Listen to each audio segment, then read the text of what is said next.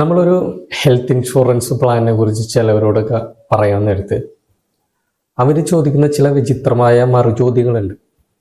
അതിലേറ്റവും പ്രധാനപ്പെട്ട ഒരു ചോദ്യമാണ്, ചിലപ്പോൾ അവരുടെ അറിവില്ലായ്മ കൊണ്ടായിരിക്കാം, അല്ലെങ്കിൽ അതിബുദ്ധി കൊണ്ടായിരിക്കാം.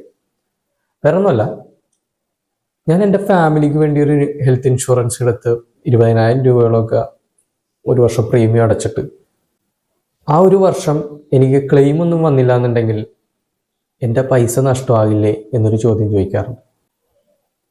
അത് കേൾക്കുമ്പോൾ ഇപ്പം അതിന് ഉദാഹരണമായിട്ട് പറയാവുന്നത്, ഇപ്പം നമ്മളൊരു ലാബിൽ ചെന്നിട്ട് ബ്ലഡ് ടെസ്റ്റ് ചെയ്തു. അപ്പോൾ അവിടെ ഒരു പാക്കേജ്, ഒരു 3,000 രൂപയുടെ ഒരു പാക്കേജ് കണ്ടിട്ട് നമ്മൾ പോയി ടെസ്റ്റ് ചെയ്യണം. അപ്പോൾ 16,500 രൂപ ടെസ്റ്റുകൾ അടങ്ങിയ ഒരു ഇത് നമുക്കൊരു 3,000 രൂപ പാക്കേജിൽ കിട്ടുവാണ്.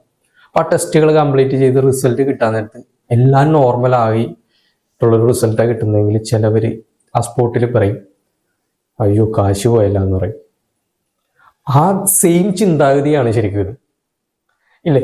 നമ്മളെ സംബന്ധിച്ചിടത്തോളം ആ ഒരു വർഷം നമ്മളുടെ കുടുംബത്തെ നമ്മൾ എത്രയോ ലക്ഷം രൂപയ്ക്ക് ആരോഗ്യപരമായി ഒരു ആശുപത്രി ചെലവ് വരുമ്പോൾ നമ്മളുടെ പോക്കറ്റിൽ നിന്ന് നമ്മൾ കഷ്ടപ്പെട്ടുണ്ടാക്കി വെച്ചിരിക്കുന്ന പൈസ നമ്മളുടെ കയ്യിൽ നിന്ന് പോകാതെ നമ്മൾ പ്രൊട്ടക്ട് ചെയ്ത് വെച്ചിരിക്കുകയാണ്.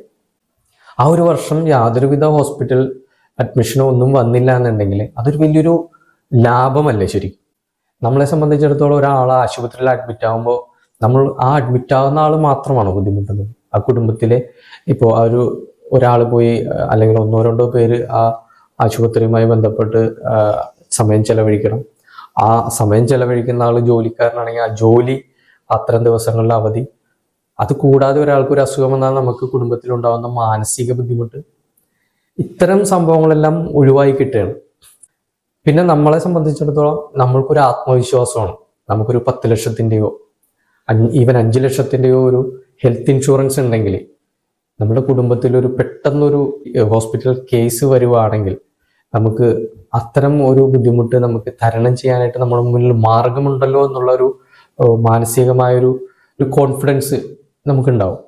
അതേസമയം ഇതൊന്നും ഇല്ലാത്തൊരു ഹെൽത്ത് ഇൻഷുറൻസ് ഒന്നും ഇല്ലാത്ത ഒരാളാണെങ്കിൽ ഒന്ന് ആലോചിച്ച് നോക്കി, ഒരു 3 ലക്ഷമോ 4 ലക്ഷമോ ഒക്കെ ഒരു സർജറി അല്ലെങ്കിൽ ഒരു അപകടം സംഭവിച്ച് പെട്ടെന്നൊരു ട്രീറ്റ്മെൻറ്റിന് അത്രയും പൈസ വരുന്ന അവസരത്തിൽ നമ്മൾ എവിടെയൊക്കെ പോയി കൈ നീട്ടണം?